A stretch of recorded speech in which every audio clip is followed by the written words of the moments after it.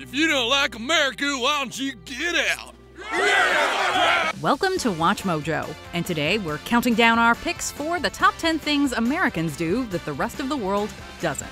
You're 15, right? Yeah. Yeah, I gotta call your parents. It's time. It's time. Don't wait another minute for Claritin. Do you do it every day? Yeah. For this list, we're going over the things that are more common in the United States of America than in most other countries. While some of them are present elsewhere, they're not quite as widespread as in the US. And no judgment. This is supposed to be a lighthearted list after all, so keep a sense of humor and know that it's all in good fun. If there's a particular Americanism that our list didn't cover, please do tell us in the comments. Number 10. Refer to the USA as America. America, America, America. Outside of the United States of America, referring to the country as America is much less commonplace. After all, there are 2 entire continents called America, comprising like 35 distinct nations. Referring to only one country on one of those continents as America too is really confusing for anyone who doesn't live there. From this day forward, it's going to be only America first. America first. Calling it the US, USA, the United States, or just the States is much more common in the rest of the world. Even so, everyone still calls its residents Americans, which isn't confusing at all. You can't say it, but you know it's true. Number 9. Have pharmacies that sell groceries. In most of the world, pharmacies sell exactly what their name implies, pharmaceuticals. While you will see tangentially related items like grooming products or hygienic things like toothbrushes, pharmacies don't usually carry food or toys. But in the US, that's much more common. The country is all about the all-in-one experience. Not only will dedicated grocery stores have pharmacies built in, but pharmacies will also carry groceries. Granted, the selection isn't always great, but if you're desperate for milk and the grocery store is closed or you just don't feel like crossing the street to get there, you can get some. While most of the world still limits drugstores to drugs and self-care products, we have a feeling this one might catch on. Number 8. Vote before they can drink. Worldwide, the age at which a person can legally drink alcohol is most commonly 18. The age usually considered to be adulthood, though it is even earlier in some countries. The voting age on a global scale is also generally 18, for similar reasons, although of course there are exceptions. The Voting Rights Act of 1970 lowered the voting age to 18 for national elections, and the 26th Amendment made the change to 18 permanent for all elections. And 18 is where it has stayed for the past 50 years. However, the United States requires young adults to wait 3 years after being able to vote before legally being allowed to drink at 21. This was enacted during the 1980s to prevent alcohol-related driving accidents. This law has been an abysmal failure. It hasn't reduced or eliminated drinking. It has simply driven it underground, behind closed doors, into the most risky and least manageable of settings. While it helped in the short term, ultimately it hasn't really stopped teenagers from drinking.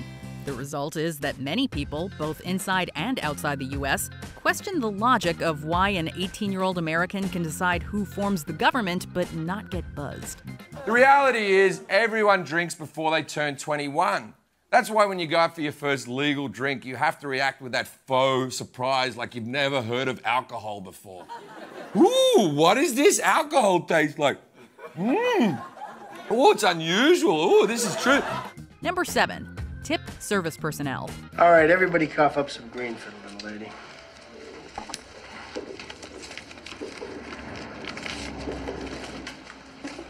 Come on, throw in a buck. I don't tip. You don't tip? No, I don't believe in it. While the concept of tipping waitstaff or other people in the service industry is known worldwide, few countries have embraced the concept to the degree the US has. Labor movements declare the practice undemocratic, and anti-tipping legislation was enacted across several states. But restaurants and rail operators like the Pullman Company embraced tipping because it allowed them, among other things, to hire recently freed slaves without having to pay them.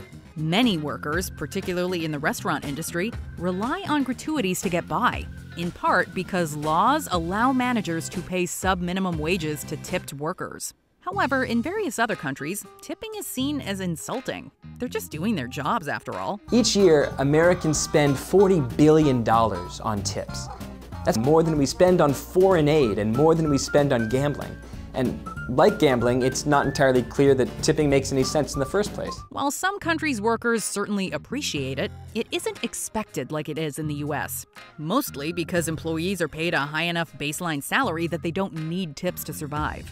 Restaurant owners still pay their servers less than minimum wage, turning what used to be a bribe into an obligation that makes the end of every meal suck. Number 6. Obsess over the military.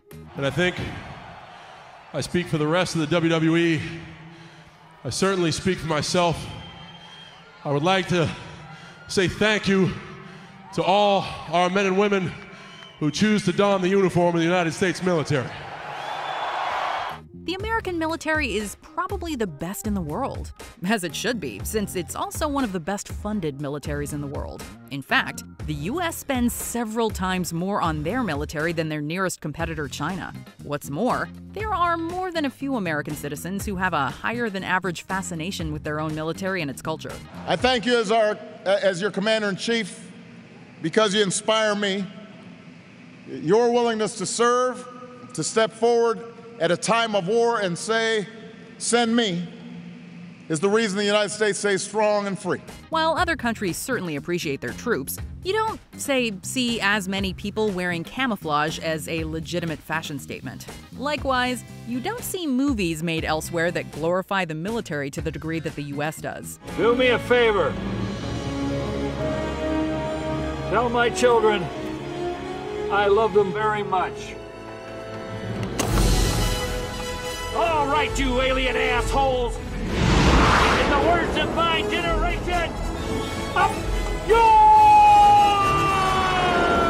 Part of the American enthusiasm is certainly rooted in patriotism. Still, it may also be a reaction to an increasingly anti-military sentiment that has popped up over the last several decades. No war, okay? No war, okay? Oh, here you go, boys. These will help you protest. It's good to see that you care about peace, boys, okay? Number 5. Work too much. Americans are workaholics, at least compared to basically every other country in the world. The majority of Americans work more than 40 hours a week. Why do we do this to ourselves? Well, the conventional answer is that this attitude towards work makes the American economy the envy of the world. America is a hectic, turbocharged system that builds, destroys, rebuilds, all at warp speed. They also tend to lack many of the things the rest of the world takes for granted, like paid holidays, as well as sick and parental leave. Research has shown that happier, less stressed workers do better at their jobs. Iceland even recently tried a 4-day work week that proved wildly successful. There's lots of other benefits to a 4-day working week. It's not just the it's not just the mental health and economy, good for the economy. It's also environmental benefits too. Evidence looks like when we're commuting less as a result of a 4-day week, that brings down emissions. Also, energy consumption goes down. So this is a policy that's win-win for the environment, for workers, for employers. What's not to like about it? Several European countries take long breaks for lunch. While the American drive is admirable, grind culture becomes problematic when it costs workers their mental health and well-being. Number 4. Put sales tax on everything. Sales tax is paid when you buy something, and the business you purchased your goods from sends that money to the government. There are 2 types of sales tax: general sales tax and excise taxes. General sales tax is a tax levied on most goods you buy. Excise taxes are taxes levied only on certain items. Most countries enact a value-added tax, or VAT, on goods or services purchased within their borders. These taxes are collected from every person in the supply chain, from the distributors to the consumers. The United States is one of the few to use sales tax, which not only vary wildly from state to state, but are only enacted after a purchase has been made. The state treasury depends on sales taxes to pay for road repairs, education, and medical care for children, seniors, and the poor. They're also not listed in the initial price, which can leave foreign visitors and many Americans scratching their head as to why they're being charged more than the price on the product. Better or worse? You decide.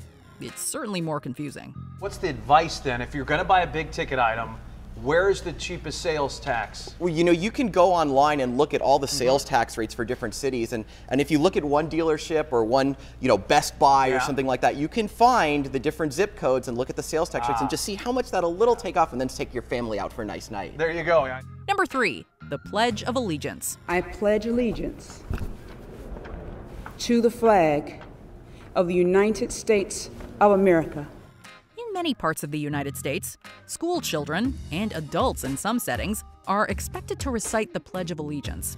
This is an expression that they will be loyal to the USA and is usually performed daily while looking at the nation's flag. But back then, in 1892, when it was written by Francis Bellamy, Bellamy was a Baptist minister, and in conjunction with a magazine called The Youth's Companion, he wrote this, at that time, 23-word Pledge of Allegiance. Citizens of other countries might respect or salute their flag and country, but a daily affirmation?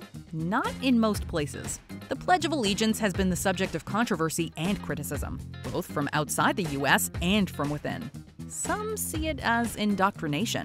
Others find its mentions of God problematic, and still others think it was simply written to sell merch. Whatever the case, it is not a common thing in the rest of the world. But the bottom line is, we all look different, sound different, but we are all on the same team. Number 2, go bankrupt from healthcare. Medical costs are the cause of over 60% of all bankruptcies in the United States. In 2017, 1/3 of the money raised on GoFundMe went towards medical campaigns. And the site raises $650 million a year for more than 250,000 medical campaigns. Americans experience a variety of unexpected charges while getting much-needed care, from surprise bills to being charged for riding in an ambulance. According to one study, 71% of all ambulance providers do not take the patient's insurance. That same study found that 79% of patients who took an ambulance could get a surprise bill, with an average total around $450. In some parts of the civilized world, even seeing a medical bill can be an uncommon occurrence.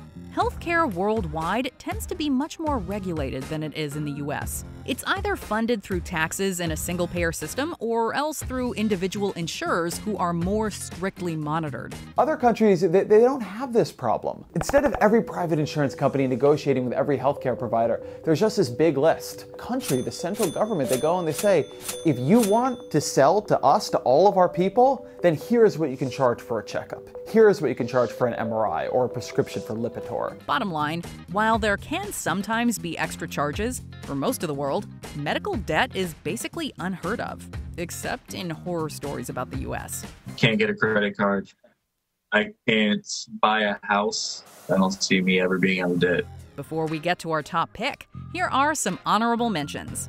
Free refills. Restaurants will fill up glasses with even more drinks for free and with lots of ice.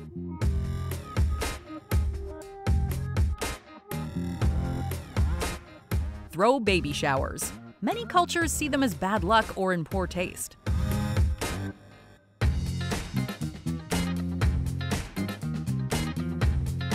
Wear shoes indoors. Sure, not every American does this, but it's still considered weird in a lot of countries.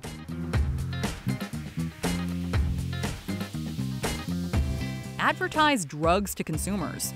Pharmaceutical companies' clout allows this, annoying basically everyone but them. These ads are legal in most countries, but in the US, they're everywhere. On average, 80 of them air every hour on American television. Ask your doctor. Ask your doctor. My doctor told me. Use red plastic cups for alcohol. Who decided on these for every American party? Here we go.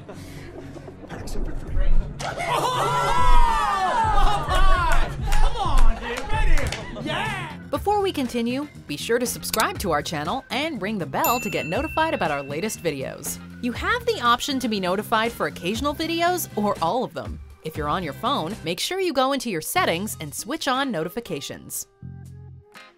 Number 1. Use the Imperial Measurement System. Can you explain to me how the country that can send men and hopefully women to the moon all and beyond. still are in gallons and inches? And when the entire world is metric, I do not understand this. There are 3 countries in the world that don't use the metric system: Myanmar, Liberia, and the United States. Objectively, metric is the less arbitrary measurement system since everything goes by tens. Even Britain and Commonwealth countries have converted. The point is, the US system has always been a little more accessible than metric. Sure, stacking up 12 thumb widths to make a foot, that's still kind of weird, but it's not so weird that we're clamoring to change it. Although admittedly, they do still use measurements like feet and inches casually. So now I can't ask a distance when I visit another country. I'm like, how far is that? They're like, that's 500 kilometers.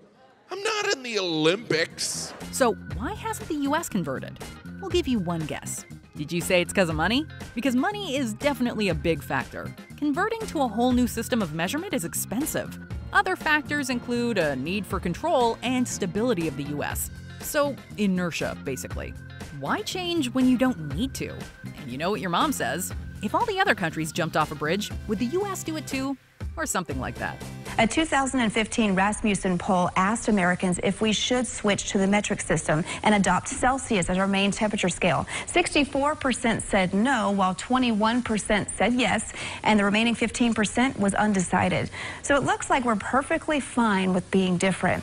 Do you agree with our picks? Check out this other recent clip from WatchMojo, and be sure to subscribe and ring the bell to be notified about our latest videos.